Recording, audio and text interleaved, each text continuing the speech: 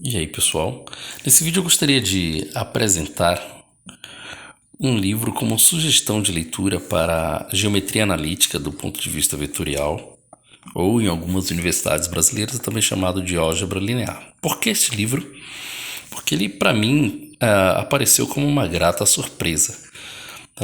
Eu comecei a estudar esse tipo de assunto e a gente vai naqueles livros que são bem comuns, né, nos canônicos. Livro do Alfred Steinbrück, livro do Paulo Boulos, que são, aliás, livros interessantes.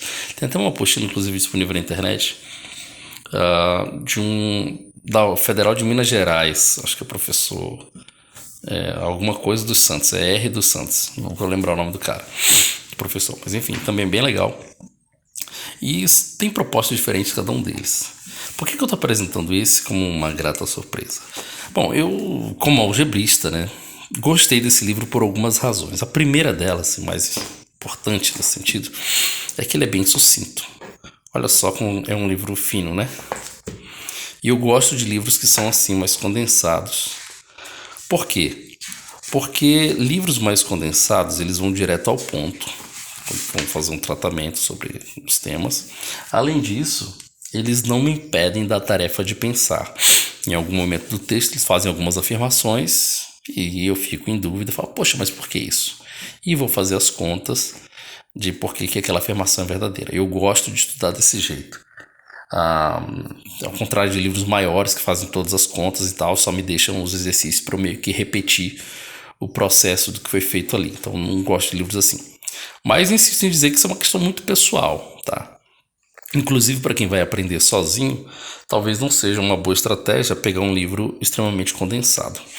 De livros condensados, portanto, eu gostaria de sugerir esse e também o do Steinbrück, né, que é um livro legal para você que quer saber o mínimo possível para não ser um ignorante em geometria analítica, o dele vale. Então, esse livro aqui foi escrito pelo Roberto de Barros Lima, lá por meados de 1970. Vamos dar uma olhada aqui por dentro desse livro. Parece ter sido uma parte ofertada pelo autor. Acho que não foi comprado isso. Acho que aquelas edições iniciais, né? Pra galera apreciar e tal e ver se vale a pena a compra. E vale super a pena. Ele começa falando aqui, vamos cobrir primeiro o sumário, depois a gente entra no livro. Vetores, no plano e no espaço, vai falar sobre as operações usuais, né? Que vão definir espaço vetorial, que são a adição de vetores e a multiplicação por escalar. Faz as propriedades, tem alguns exercícios que a gente vai já dar uma olhada. Entra para falar de dependência linear. Olha só, gasta bastante tempo aqui, muitas páginas falando sobre dependência linear e independência linear. E depois sobre dimensão, também alguns teoremas possivelmente sobre base, vamos ver. Produto escalar, que é a parte de geometria do negócio. Produto vetorial, que é o que vai tornar o espaço vetorial em uma álgebra. E produto misto, são as operações básicas ali que podem ser feitas, né?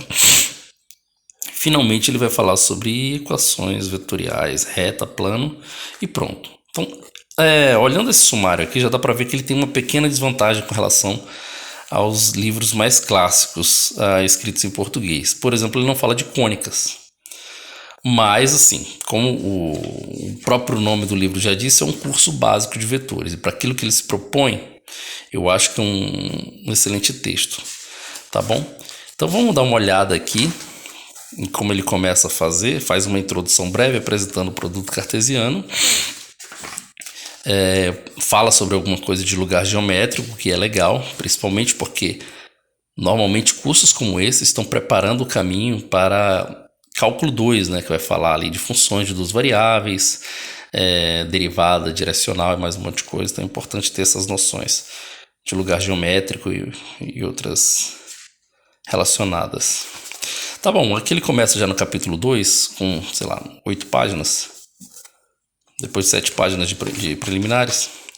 Falar sobre vetores, né? E ele fala rapidamente sobre vetores.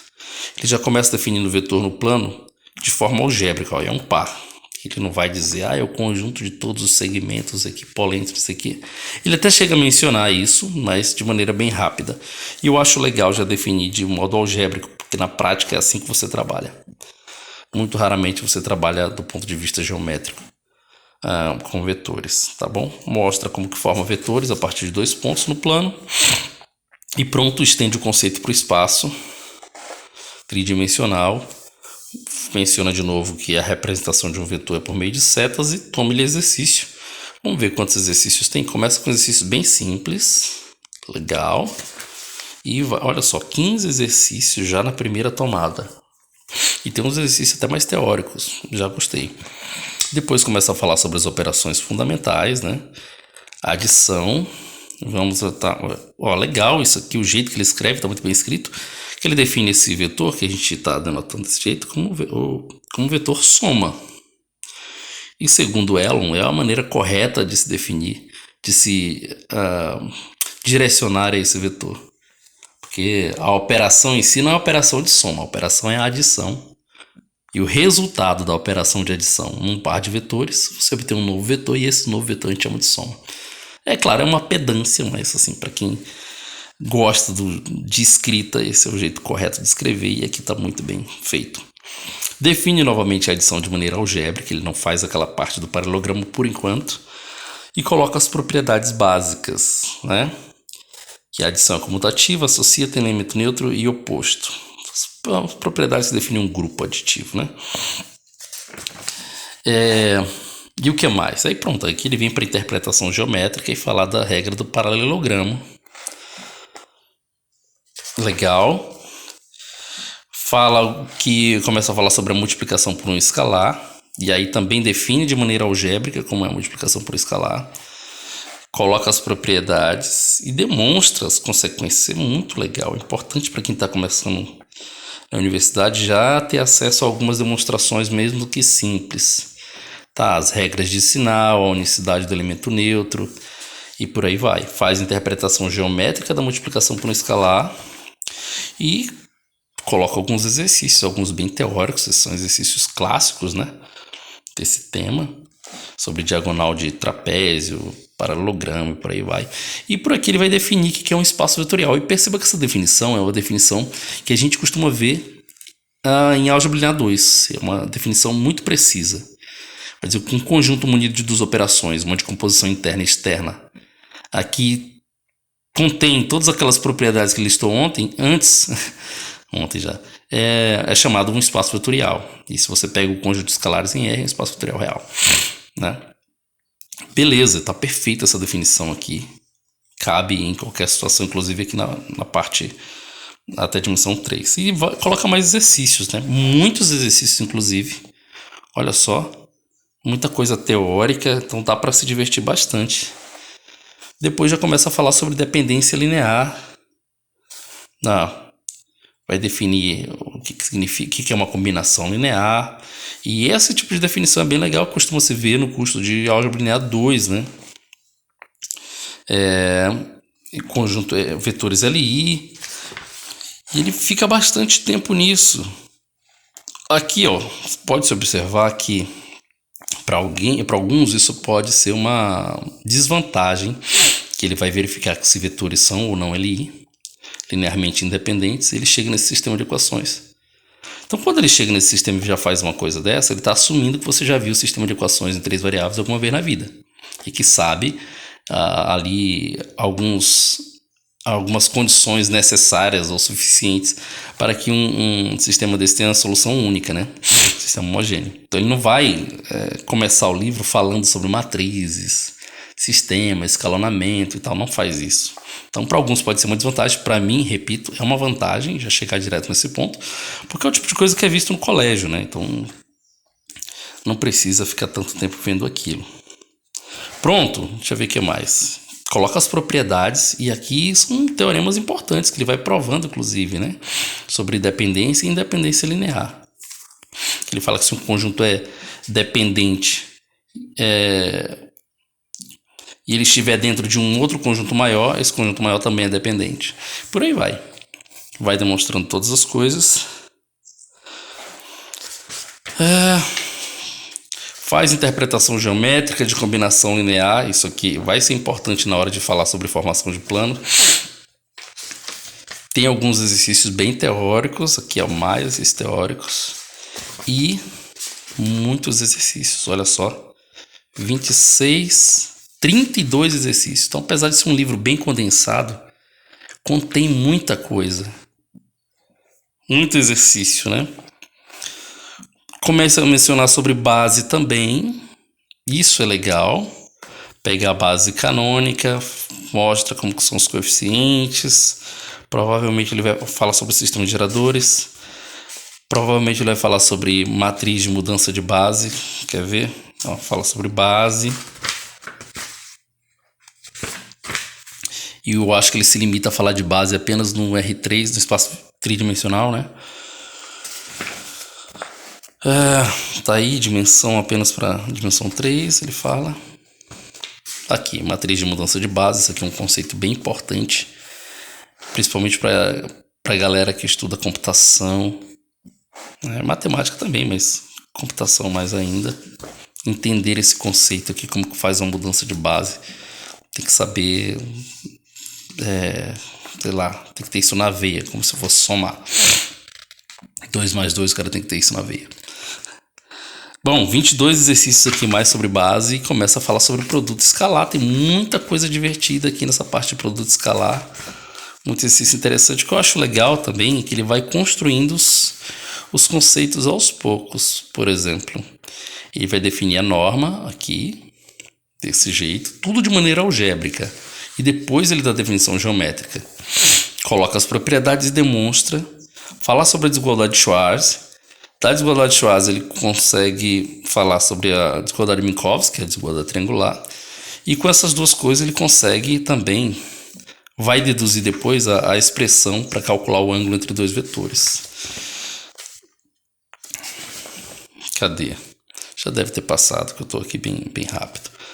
Menciona sobre bases ortonormais e que o produto escalar ele é invariante quando você trata com bases ortonormais. Isso aqui é um conceito importante e apesar do livro ser fino, ele menciona isso. Acho que gostei dessa parte. Tá. Ele deduz aqui parte dessa desigualdade de Schwarz para concluir essa expressão. Aí fala, bom, já que tem isso aqui e esses números cobrem todo o intervalo de menos 1 a 1, por que a gente não define o ângulo, né? Já que a gente já conhece uma função cosseno que também atinge esse intervalo. E aí ele vai definir o cosseno entre ângulos dessa forma. Entre vetores, desculpa, dessa forma. Bem legal. Faz um comentário aqui sobre o ângulo ser agudo, ser obtuso e por aí vai. O que mais? Interpretação geométrica do produto escalar, né? Claro. Fala sobre o básico de geometria analítica. E aqui chega um exemplo que eu achei super interessante. Ele usa todos esses conceitos anteriores para provar o cosseno da diferença, cara. Ele considera uma base no plano e tal, faz umas continhas. É tudo muito simples. Então, em matemática, por vezes, a gente tem um resultado que ele vai se mostrar verdadeiro em muitas outras situações. Por exemplo, o Teorema de Pitágoras, né? Ele é verdadeiro naquela circunstância que foi descoberto ou deduzido. E depois você vê o Teorema de Pitágoras em muitos outros lugares, até aqui, por exemplo. Né? Você vê a veracidade dele. Então isso aqui é legal, essa expressão do cosseno da diferença sendo mostrada agora do ponto de vista vetorial. Mais alguns exercícios aqui teóricos. Fala sobre construção de bases. Possivelmente ele vai falar de processo de ortogonalização de Gram-Schmidt. Não é muito comum se falar disso num curso de geometria analítica. O pessoal fala, mas não é comum, não é canônico a todos os livros desse assunto, viu? Então achei bem legal isso aqui também. Tem muitas vantagens esse livro com relação aos demais. Bom, não vou me estender... a galera risca ali, eu fico puto com isso, mano. O cara não sabe só ler. Não vou me estender sobre tudo que ele cobre, porque já mencionei que é bem completo. Né? Fala sobre orientação de base, sobre o que significa uma base ser positiva, e isso é importante para os físicos, inclusive para quem vai estudar geometria, até cálculo. Quando você chega para falar sobre teorema de Stokes, toda aquela parte de cálculo vetorial, é importante que você tenha uma orientação ali, né? E, bom, tudo aquilo é consequência desses conhecimentos dados aqui sobre base positiva, orientação de base e tudo mais. Duplo produto vetorial menciona todas as propriedades.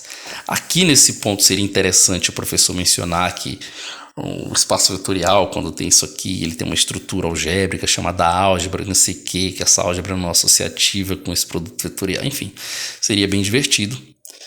Que é para o cara conhecer outras estruturas além daquelas canônicas, né? Apenas espaço vetorial, grupo, anel, por aí vai.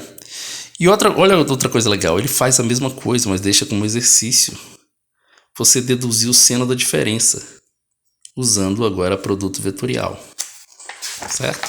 Esse é um exercício bacana. Fala sobre produto misto, interpretação geométrica ali como volume do paralelepípedo e por aí vai. Pronto, termina falando sobre a equação da reta e plano. Uma coisa que eu achei diferente aqui é o jeito que ele vai definir a equação do plano, por exemplo. Você escolhe uma constante e um vetor fixa, né? Um vetor não nulo. Aí fala, olha, o conjunto de todos os vetores cujo produto interno com U resulta nessa constante K é um lugar geométrico. Esse lugar geométrico é um plano, né? Apesar de que vetor é uma coisa livre, mas enfim, depois ele vai justificar essa coisa toda, já que quando você tem um ponto fixo e um outro ponto, você consegue formar um vetor com eles. Enfim, ele faz a construção aqui. Então achei um pouco, sei lá, me pareceu esquisita de começo fazendo isso, até ele chegar à definição que a gente está acostumado, que é pegar um vetor e aí o plano que tem esse vetor como vetor normal é formado por todos os... Enfim, você tem um ponto e tem um plano, né? Tem um ponto e um vetor normal. O plano gerado por essas duas coisas é o conjunto de todos os pontos que, quando você forma um vetor com um ponto dado, vai ser normal o vetor U e assim por diante. Mas eu entendo a proposta dele fazer isso aqui. Ele quer definir tudo, precisamente tudo, algebricamente. E para definir algebricamente eu precisaria realmente de uma equação desse jeito. Não apenas algebricamente, ele quer definir as propriedades de plano, né, esses elementos plano e reta, com elementos da geometria analítica. Então quer dizer, quer usar produto interno, produto escalar, né?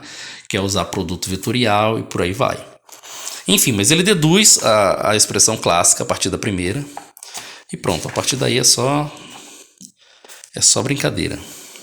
Fica bem legal, equações paramétricas. Tem uns exercícios mais encorpados, mais interessantes, mais difíceis. Fala sobre ângulo entre planos, né? É completo o tratado aqui, né? Equação da reta, e a equação da reta ele fala também, ó, ele obtém a partir de uma operação vetorial, né? As operações que a gente já viu previamente. Então ele fixa dois vetores e aí a reta vai ser o conjunto que satisfaz essa equação aqui. Fala sobre equações paramétricas e tem mais um monte de exercícios teóricos e tal e etc. E pronto, finaliza o livro falando sobre esse tema. Então aqui fica a minha sugestão sobre esse livro. Nossa, ainda tem uma bibliografia super extensa. Esse livro do Roberto de Barros Lima, Curso Básico de Vetores. Tá bom? É isso. Um abraço.